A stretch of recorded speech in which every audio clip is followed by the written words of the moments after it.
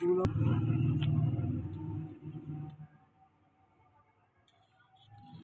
सलाम जी। ये आलू चने लाए जी। ये को 8-10 दिन ही होए। तो ये खोती जी बंदा हाँ तो खोती बेचने काम नहीं सी होंदे मेरे को हुण वेला धक्के खांदा फिरदा आलू चने ला रहे तो 100 किसी को फड़ के तो वो लाए ने तो कोई 60 बन गया कभी 50 बन गया कभी 40 बन गया कल्ला कारा हैगा वा ते औलाद कोई नहीं मेरी हैगी ते टब्बर भी कोई नहीं हैगा ते कुल्ली देई इक छोटी जी किराए ते वो च रैश मैं करना जी किराया भी देना 2000 रुपया ते बत्ती ओह् कताब वास्ते उन्हें दित्ती है ते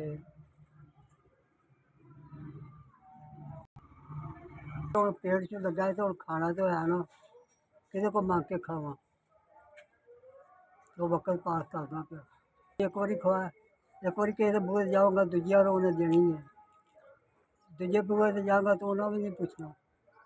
तो फिर धक्के ही लेना थोड़ा बहुत मैं करना वा